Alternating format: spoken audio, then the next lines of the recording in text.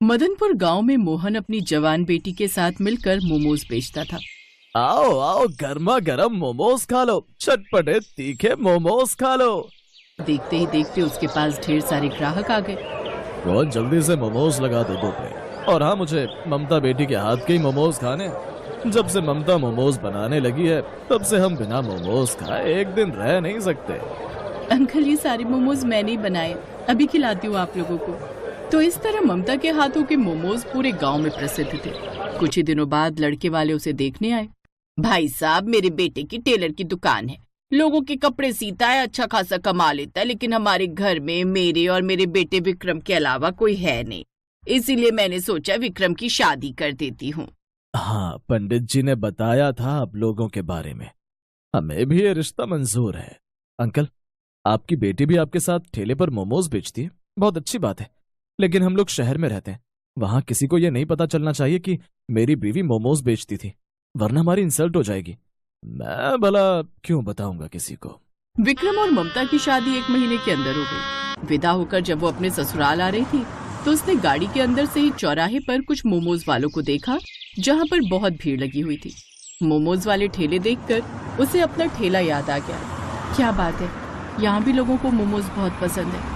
मैं कितनी बदनसीब हूँ, किसी को बता भी नहीं सकती कि मैं भी पहले मोमोज बेचती थी, मुझे भी मोमोज बनाने आते। खैर, वो अपने ससुराल आ गए।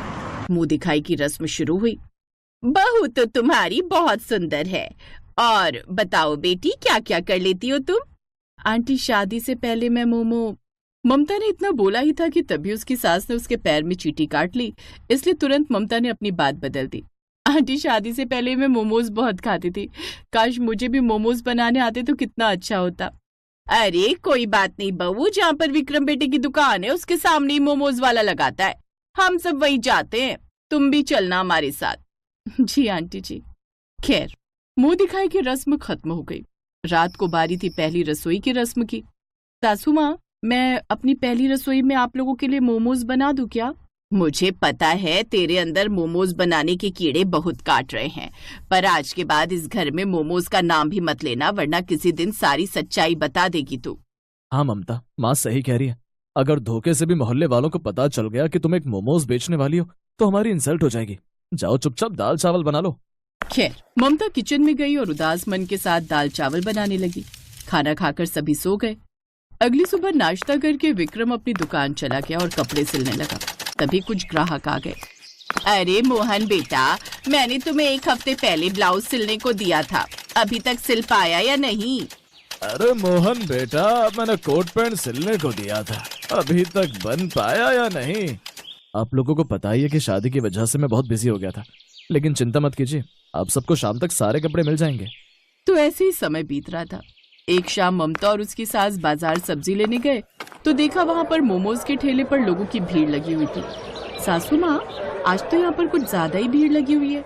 मुझे यहाँ पर तुझे लाना ही नहीं चाहिए था, बार बार मोमोज की तरफ ही तेरा ध्यान चला जाता है, उधर मत देख। तो इस तरह कई बार ममता ने कोशिश की मोमोज बनाने की, लेकिन उसकी सास और पति ने हर बार मना कर दिया।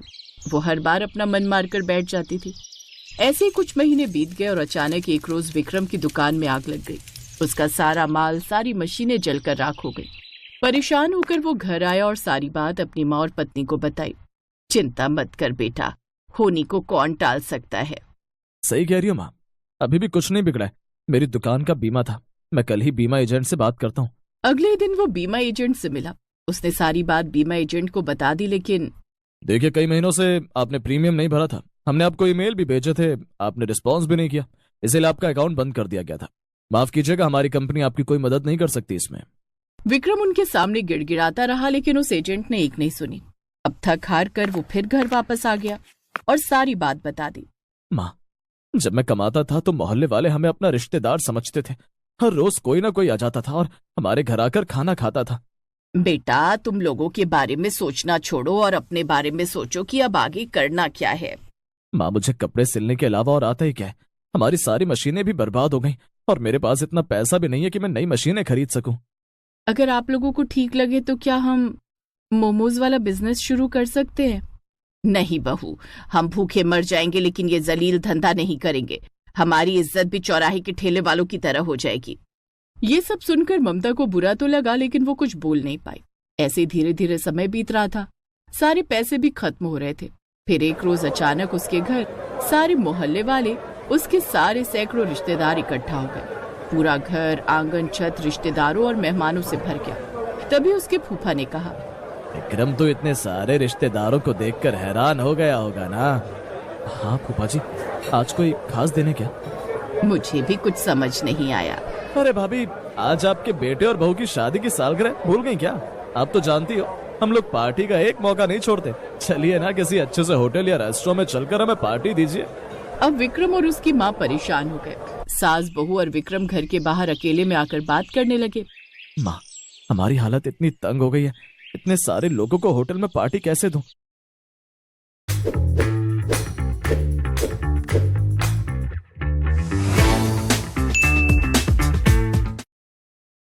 पहले की बात अलग थी, तब मेरा धंधा अच्छा चल रहा था। अब तो हमारे पास एक ही चारा है, कहीं से थोड़ा बहुत सामान इकट्ठा कीजिए, मैं इन लोगों को मोमोज बनाकर खिलाती हूँ। मैं शर्त लगाती हूँ, मोमोज खाकर ये सब खुश होकर जाएंगे। मैं मोमोज बेचने तो नहीं जा रही हूँ कि आप लोगों की इंसल्ट हो जाएगी। अगर पार्टी नहीं दी तब तो उससे भी बड़ी इंसल्ट हो जाएगी आप लोगों की। इस बार बहू सही कह रही है, इस बार बहू की बात मान ही लेते हैं। विक्रम तू जा, कुछ उधार सामान लेकर आ मोमोज बनाने का, तब तक मैं और बहू मेहमानों को संभालते हैं। उसी वक्त विक्रम बाजार गया और जितना भी सामान उसे उधार मिला सब लेकर घर आ गया। ममता अकेले उन सैकड़ों लोगों के लिए मोमोज बनाने लगी। उसने अलग अलग तरीके के मोमोज बनाए, दाल वाले मोमोज, आलू वाले मोमोज, कुछ तो रंग बिरंगे मोमोज भी बना दिए और कुछ मोमोज बनाकर उसने चाशनी में डाल दिए। शाम को जब पार्टी हुई तो मोमोज देखकर सब हैरान हो गए। अरे क्या बात है बहू, इतने रंग बिरंगे मोमोज मैंने आज तक नहीं देखे। ये ठेले वाले से लाई हो क्या? अरे नहीं, ये तो मेरी बहू ने बनाए हैं। बहू, तुम तो उस दिन कह रही थी कि तुम्हें मोमोज बनाने आते ही नहीं, फिर आज तुमने 100 किलो से भी ज्यादा मोमोज अकेले कैसे बना दिए? आप लोग मोमोज खाकर बताइए कैसे बने, बाकी बातें हम बाद में भी कर सकते हैं। सबसे पहले तो विक्रम और ममता ने केक काटा, उसके बाद सबने मोमोज खाना शुरू कर दिया। उन्हीं मेहमानों में से एक बहुत बड़ा आदमी था जो किसी रेस्टोरेंट का मालिक था। मोमोज खाकर वो बहुत खुश हुआ। क्या बात है बेटा, इतनी वैरायटी के मोमोज मैंने आज तक नहीं देखे। रंग बिरंगे मोमोज, मीठे मोमोज, खट्टे मोमोज, तीखे मोमोज, तुमने तो कमाल कर दिया। अगर तुम बुरा ना मानो तो क्या तुम मेरे रेस्टोरेंट में काम करोगी? मैं हर महीने तुम्हें 1 लाख से भी ऊपर दूंगा। ये मौका ममता गंवाना नहीं चाहती थी, इसलिए उसने कहा, सासू माँ, क्या मैं इनके रेस्टोरेंट में काम कर सकती हूँ? वहाँ काम करने से तो आपकी इंसल्ट नहीं होगी। इसके अलावा हमारे पास कोई दूसरा रास्ता भी नहीं है, हमारी हालत बहुत खराब हो चुकी है। माँ, मुझे लगता है कि ममता बिल्कुल सही कह रही है। हमने इसके टैलेंट की आज तक कद्र नहीं की। थोड़ी ही देर में सैकड़ों लोग उसके मोमोज की तारीफ करने लगे। ये सुनकर रेस्टोरेंट का मालिक बहुत खुश हुआ। क्या बात है बेटा, सैकड़ों लोगों का रिव्यू मुझे यहीं पर मिल गया। अब देखना कुछ ही महीनों में हमारा रेस्टोरेंट पूरे शहर में नंबर 1 बन जाएगा। बस तुम हाँ कर दो। ठीक है सर, मैं आपके रेस्टोरेंट में काम करने के लिए तैयार हूँ। उस दिन सारे मेहमान खुश होकर वहाँ से चले गए। अगले दिन से ही ममता ने रेस्टोरेंट ज्वाइन कर लिया। कुछ ही दिनों में उसने ढेर सारा पैसा कमा लिया और खुद का भी एक रेस्टोरेंट खोल लिया, जिसमें वो अपने पति के साथ मिलकर काम करने लगी और अपनी जिंदगी खुशी खुशी बिताने लगी।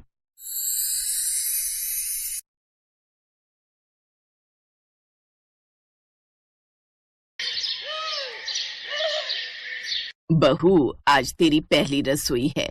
हमारी झोपड़ी के पीछे चूल्हा बना हुआ है, वहीं पर हम लोग खाना बनाते हैं। सासू माँ, हम लोग भी मिट्टी के चूल्हे पर ही खाना बनाते थे। बताइए क्या बनाना है खाने में? बहू, ऐसा कर, सबके लिए 4-4 रोटी बना ले, मैं तब तक प्याज काट लेती हूँ। तभी वहां पर पायल की ननद मोहिनी आ गई। माँ, आज भाभी पहली बार हमारे घर आई हैं, हम उन्हें प्याज रोटी खिलाएंगे। अब क्या कर सकते हैं बेटा। मोहन घर के बाहर से उनकी ये सब बातें सुन रहा था, उसकी आंखों से आंसू छलक रहे थे। खैर, पायल ने सबके लिए रोटियां बना दी और सभी लोग बैठकर खाना खाने लगे। सभी लोग खाना पीना खाकर सो गए। अगली सुबह मोहन जल्दी उठ गया। उसने अपना बोरा उठाया और बाहर कबाड़ बिनने निकल गया। आजकल लोगों ने कूड़ा कचड़ा तो सड़क पर फेंकना ही बंद कर दिया है। तभी मोहन को एक कूड़ादान दिखाई दिया। लगता है ऊपर वाले ने मेरी सुन ली। सारा कबाड़ मुझे उस डस्टबिन के अंदर मिल जाएगा, जिसमें खाने का ढेर सारा सामान पड़ा हुआ था। अरे वाह, इसमें तो ढेर सारे पराठे मटर पनीर और चावल भी हैं। ये खाना भले ही जूठा हो, लेकिन खाने में तो सही ही है। अभी खराब भी नहीं हुआ है। मोहन ने सारा खाना बटोर कर अपने पास रख लिया और फिर से अपने काम पर लग गया। धीरे धीरे शाम होने लगी। शाम को पायल की ननद ने उससे कहा, भाभी आज रविवार का दिन है और हमारे गांव में रविवार को बाजार लगती है, चले मैं आपको घुमा लाती हूँ। हाँ मोहिनी, मैं भी तुमसे यही कहने वाली थी। पायल और मोहिनी बाजार घूमने निकल गए। उनके पास पैसे तो थे नहीं कि वो शॉपिंग कर पाए। बाजार की रौनक देखकर ही वो अपना दिल बहला रही थी। तभी अचानक मोहिनी एक मोमोज के ठेले को बहुत ही ध्यान से देखने लगी। क्या हुआ मोहिनी, तुमको मोमोज खाना पसंद है क्या? भाभी आज तक हमने कभी भी मोमोज नहीं खाए, बस देखकर ही मन बहला लेते हैं। चलो ठेले के पास चलते हैं, मोमोज की महक भी ले लेंगे। हाँ हाँ भाभी, ये आपने बिल्कुल सही कहा। दोनों ननद भाभी मोमोज के ठेले के पास जाकर खड़े हो गए। ये दोनों बस खड़ी थी। तभी ठेले वाले ने कहा, हाँ बहन जी, कितने प्लेट मोमोज लगा दूं? अरे नहीं नहीं भाई साहब, हम तो बस देख रहे थे कि मोमोज बनते कैसे हैं। हमारे पास मोमोज खरीदने के लिए पैसे नहीं है। शाम हुई नहीं कि तुम जैसे भिखारी तुरंत भीख मांगने आ जाते हो। चलो निकलो यहाँ से, यहाँ कुछ नहीं मिलेगा फ्री में। चाचा पागल हो गए हो क्या? हमने आपसे कब भीख मांगी? मोहिनी चलो यहाँ से, इनसे बहस मत करो। हमारे पास पैसे नहीं और फालतू में यहाँ खड़े हैं तो उन्हें ऐसा ही लगा होगा कि हम भिखारी हैं। पायल और मोहिनी उसी वक्त मार्केट से अपने घर की तरफ पैदल ही चल पड़ी। मोहिनी, मैंने मोमोज बनाने का तरीका उस ठेले वाले का देख लिया था। अगर मुझे मोमोज बनाने का सामान मिल जाए तो मैं उससे भी स्वादिष्ट मोमोज बना सकती हूँ। क्या बात है भाभी, आप तो बड़े तेज हो। खैर, पायल खाना बनाने ही वाली थी कि तभी राकेश कूड़ेदान से उठाया हुआ खाना लेकर घर पहुंच गया। रुक जाओ पायल, आज खाना बनाने की कोई जरूरत नहीं है। देखो मैं कितना अच्छा अच्छा स्वादिष्ट खाना लेकर आया हूँ तुम सबके लिए। अरे बेटा, इतना अच्छा खाना तुझे कहाँ से मिल गया? आज मार्केट में एक शादी पार्टी हो रही थी, मैं वहीं पर कबाड़ उठाने गया था, तो लोगों ने मुझे खाना पैक करके दे दिया। क्या बात है भैया, कितने सालों बाद हम इतना अच्छा खाना खाने वाले हैं। थोड़ी देर में सभी लोग एक साथ बैठकर कचरे का उठाया हुआ खाना खाने लगे, लेकिन इस बारे में मोहन के अलावा किसी को नहीं पता था। उन्हें खुशी खुशी खाना खाता देख मोहन खुश भी हो रहा था और उसके अंदर एक दर्द भी था। कितना बदनसीब हूं मैं, अपने घर वालों को कचरे का उठाया हुआ खाना खिला रहा हूं। लेकिन कोई बात नहीं, खाना खराब तो है नहीं, इसी बहाने इनके चेहरों पर थोड़ी सी खुशी तो आई। लेकिन आधी रात में ही सभी का पेट खराब होने लगा। सभी लोग बार बार लोटा लेकर खेतों में शौच के लिए जाने लगे। मोहन भी कई बार शौच करने गया। तभी उसकी सास ने कहा, मोहन बेटा, ये कैसा खाना लेकर आया था तू? हम सबका पेट खराब हो गया। इससे पहले कि मोहन उनकी बात का कोई जवाब दे पाता, पायल बीच में बोल पड़ी, सासू माँ, इसमें मोहन जी की कोई गलती नहीं है। इतना अच्छा खाना हमने कई सालों से खाया नहीं था, तो शायद इसीलिए हम पचा नहीं पाए। ये बात सुनकर मोहन को थोड़ा रिलैक्स महसूस हुआ। तभी उसकी सास ने कहा, हमारे पास डॉक्टर से दवा लेने के लिए पैसे तो है नहीं। ऐसा करो, गर्म पानी में थोड़ी सी लौंग, थोड़ा सा काला नमक डालकर पी लो सब लोग, पेट सही हो जाएगा। ये दादी माँ का नुस्खा है। सभी लोगों ने वैसा ही किया और सुबह तक सबका पेट ठीक भी हो गया। मोहन काम पर जाने वाला था कि तभी उसकी बहन मोहिनी ने उसे रोक लिया। भैया, हम सबको ना मोमोज खाने का बहुत मन कर रहा है। भाभी का भी बहुत मन है मोमोज खाने का। उन्हें मोमोज बनाना आता भी है। शाम को जब आप आना तो मोमोज बनाने का सामान लेते आना। बहन, मोमोज बनाने का सामान बहुत महंगा मिलता है। प्याज, आलू, हरी मिर्च, लहसुन, ये सब तो हम अपने घर के बाहर खुद ही उगा लेते हैं। जो पैसे मैं कमाता हूँ उससे घर चलना ही मुश्किल है। फिर भी मैं कोशिश करूंगा। कोशिश नहीं, लेकर आना भैया। एक बहन होकर मैं आपसे जिद भी नहीं कर सकती क्या? मोहन उसी वक्त अपने आंसुओं को छुपाते हुए काम पर निकल गया और सड़कों पर कूड़ा बिनने लगा। घूमते घूमते वो बहुत दूर निकल गया, फिर भी उसे कोई कबाड़ नहीं मिला। कितना बदनसीब भाई हूं मैं, अपनी बहन की एक छोटी सी ख्वाहिश भी पूरी न कर सका। घर पहुंचते ही मोहिनी ने उससे कहा, भैया, भाई अपनी बहन के लिए ना जाने क्या क्या कर देता है और आप एक छोटा सा काम नहीं कर पाए। मोहन की पत्नी पायल थोड़ी समझदार थी। वो अपने पति के दर्द को थोड़ा थोड़ा महसूस भी कर सकती थी। इसलिए मोहन के बोलने से पहले ही उसने कहा, पायल, हर भाई चाहता है कि वो अपनी बहन की हर ख्वाहिश पूरी करे। अपने भाई से इस तरह जिद नहीं करते। लेकिन भाभी, मैं तो सिर्फ मोमोज खाना चाहती हूँ। कौन सा राजमहल मांग लिया मैंने? तुम मोमोज खाना चाहती हो ना? आज रात में तुम सबके लिए मोमोज ही बनाऊंगी। लेकिन बहू, हमारे पास तो मोमोज बनाने का सामान ही नहीं है। सासू माँ, हमारे पास आटा है, नमक है, तेल है, आग जलाने के लिए लकड़ियां है, खाना बनाने के लिए मिट्टी का चूल्हा भी है। हमने अपने घर के बाहर हरी मिर्च, आलू, प्याज, लहसुन ये सब उगाई रखा है। ये सब मिलाकर मैं इतने अच्छे मोमोज बनाऊंगी ना कि आप लोग उंगलियां चाटते रह जाएंगे। क्या बात है भाभी, मुझे आप पर पूरा भरोसा है कि आप सबसे अनोखे मोमोज जरूर बना लोगी। उसी वक्त मोहिनी और पायल घर के बाहर गई, सारी सब्जियां लेकर अपनी रसोई घर में आ गई। मोहिनी, तुम जल्दी से आटा गूंथ लो, तब तक मैं मोमोज के लिए सब्जी तैयार करती हूँ। मोहिनी आटा गूंथने लगी और पायल सारी सब्जियां फ्राई करने के बाद उसकी महक बहुत अच्छी लगने लगी। भाभी, सब्जी की महक तो कमाल की आ रही है। तो इस तरह उन्होंने ढेर सारे फ्राइड मोमोज बना लिए जो सिर्फ आटा और घरेलू हरी सब्जियों से बने थे। भाभी, आपने तो चमत्कार कर दिया। मोहिनी और पायल ने मिलकर सभी के लिए मोमोज परोस दिए। उसकी सास और मोहन सब साथ बैठकर मोमोज खाने लगे। मोमोज आज मैंने अपनी जिंदगी में पहली बार खाया है, लेकिन फिर भी मैं शर्त लगाकर कह सकती हूँ कि इतना स्वादिष्ट मोमोज बड़े से बड़े होटल में भी नहीं मिलेगा। हाँ पायल, तुम दोनों ने तो कमाल कर दिया। अगर इसका स्वाद इतना ही अच्छा है तो क्यों ना हम घर के बाहर सब्जी वाले देसी मोमोज बेचें। अगले दिन से पायल और मोहिनी घर के अंदर देसी मोमोज बनाने लगी